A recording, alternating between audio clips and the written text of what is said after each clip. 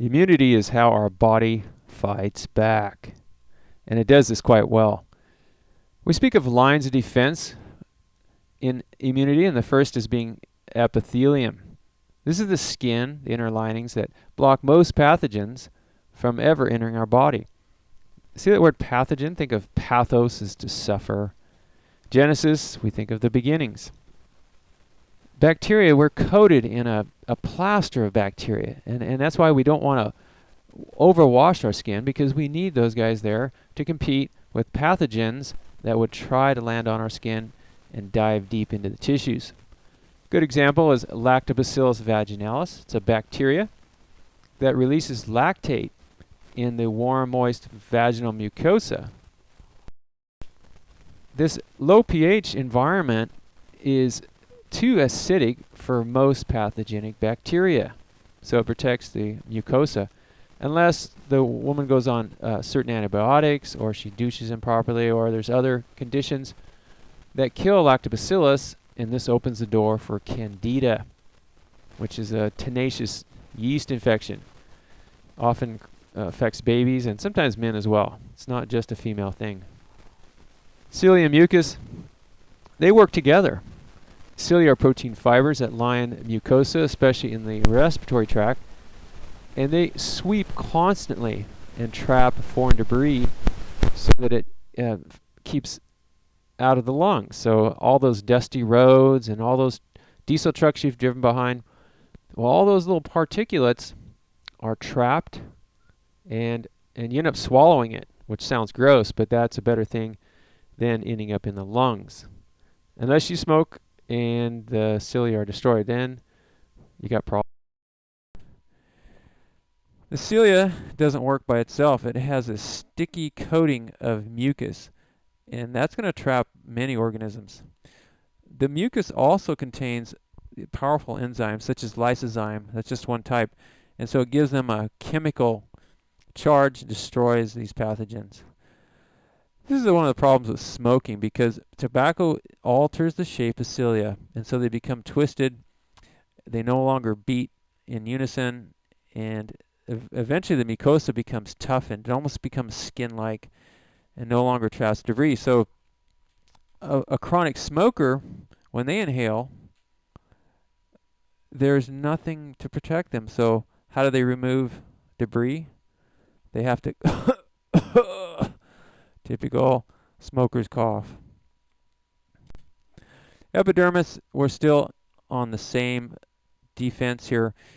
It's a type of epithelium. It has squamous cells that have deposits of keratin. Now, keratin will surround these cells and cause them to be waterproof. And so over time, these squamous cells are going to die. They're going to pile up, and we get something called stratified or layered. So we have layer after layer of dead, dry, scaly epithelial cells. It's like a desert, and not much can survive on the surface of our skin because of this.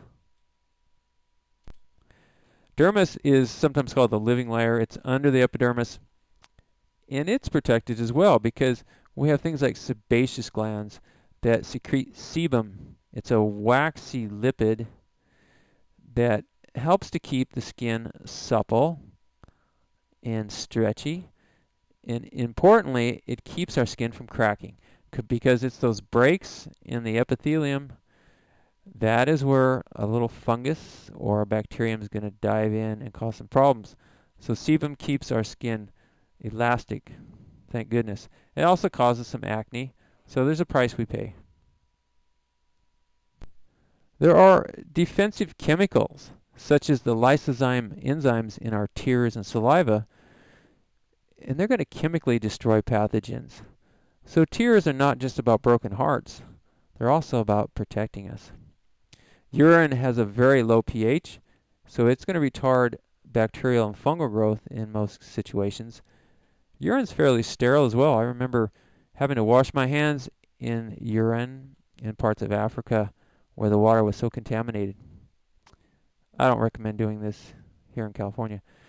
Mucus in the goblet cells, they have a very important role. If you ingest something that's pathogenic and it's traveling through your small intestines, well, something amazing happens. diarrhea.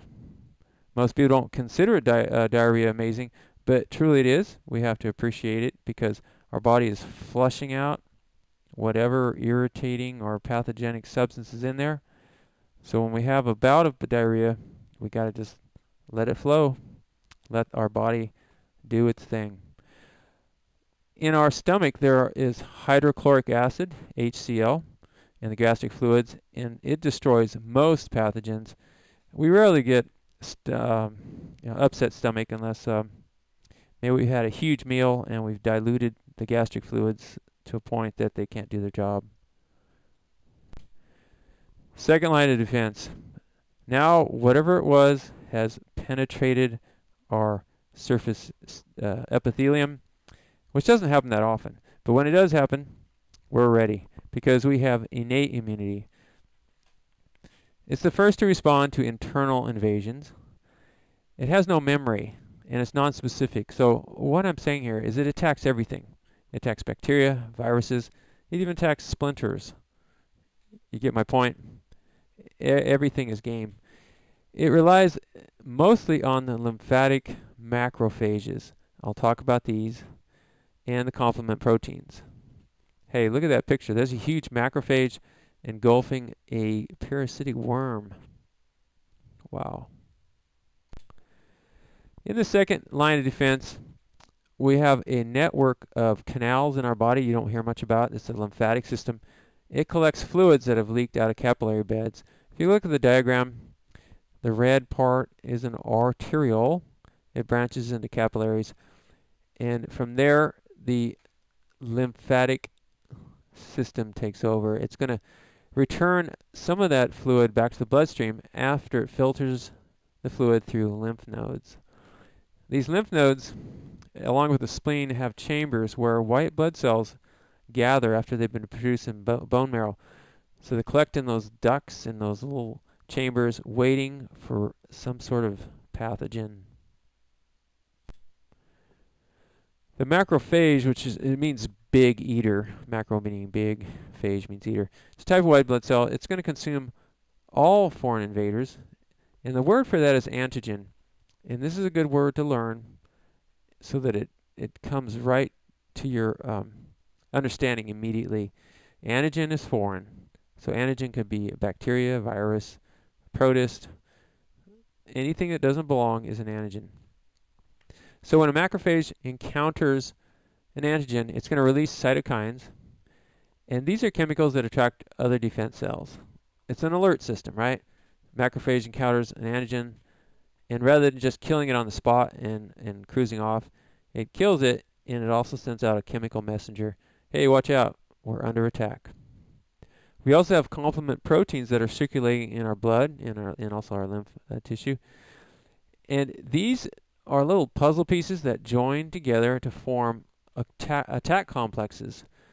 And the attack complexes work in different ways. Some of them will attach to the antigen and puncture it and kill it. Just that simple. So macrophages can be heroes, but they can also cause problems such as osteoarthritis. This happens in cartilage, which has almost no blood supply, a condition we call avascular. In order for the chondrocytes to feed, cartilage needs to be squashed like a sponge when we move, and that way it absorbs nutrients in the joint. If we don't move enough, such as when we get old, cartilage gets thin, it becomes inflamed, and macrophages say, hey, there's a problem, and they eat away that cartilage till there's nothing. And there's my son Aaron. We're studying monkeys in Nicaragua. We're looking at arthritis in monkeys that don't move enough in zoos compared to the ones out in the wild. There are also complement proteins that don't puncture, but they attach to the antigen, and then it's easier to destroy because many bacteria have a slippery capsule, and it's difficult for our body to destroy it. Think of the one that causes strep throat is encapsulated, and so our body figures a way around this by putting these studs or little pieces of complement protein on there. Now the macrophage can come in, get a grip, and destroy it. Mast cells are another type of white blood cell that responds to activated complement proteins. So when our levels of complement proteins increase in the bloodstream, the mast cells go, whoa, that's a sure sign we're under attack. And when we're under attack, the mast cells are going to release something called histamine.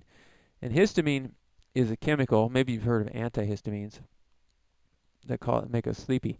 Histamine is going to cause the arterioles to dilate, so they're going to expand with fluid, and the capillaries are going to become leaky. And if you look at this diagram, there's a kind of a neat diagram of a capillary. You see it's not just like a solid tube, but it has openings, and that's where the plasma is going to leak out. We have edema or swelling, and that is why we can't breathe very well when we have a cold, because the plasma is leaking into the tissues, and that is precisely what we want.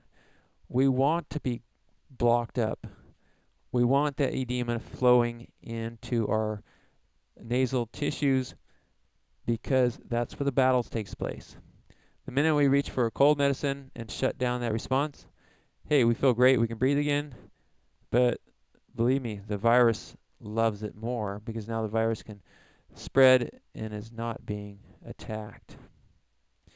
Fever is often a response when macrophages release cytokines.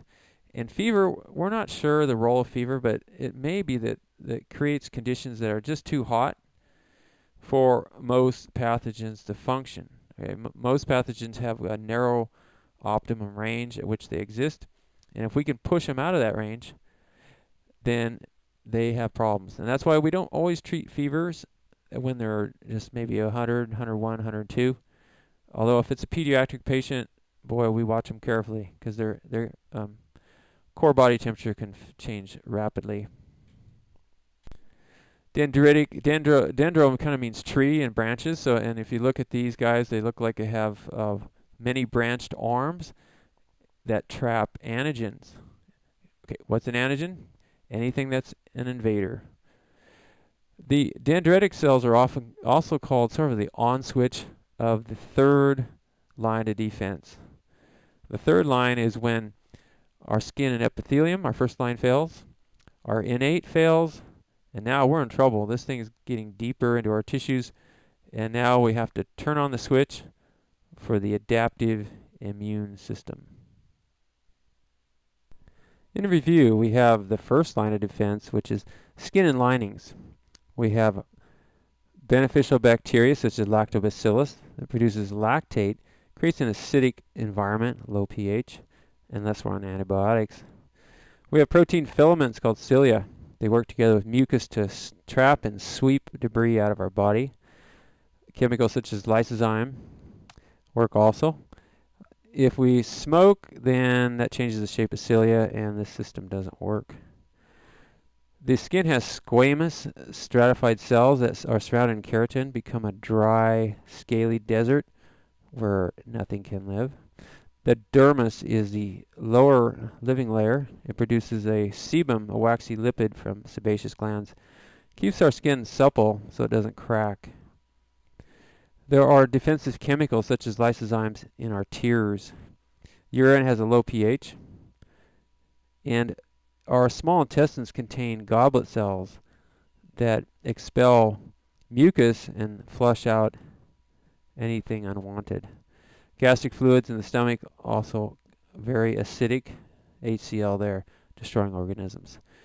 Now, if that antigen makes it through our first line, our second line is waiting, and that's the innate immunity. It's the first responder to internal invasions. It's a general, non-specific, attacks everything, and it has no memory.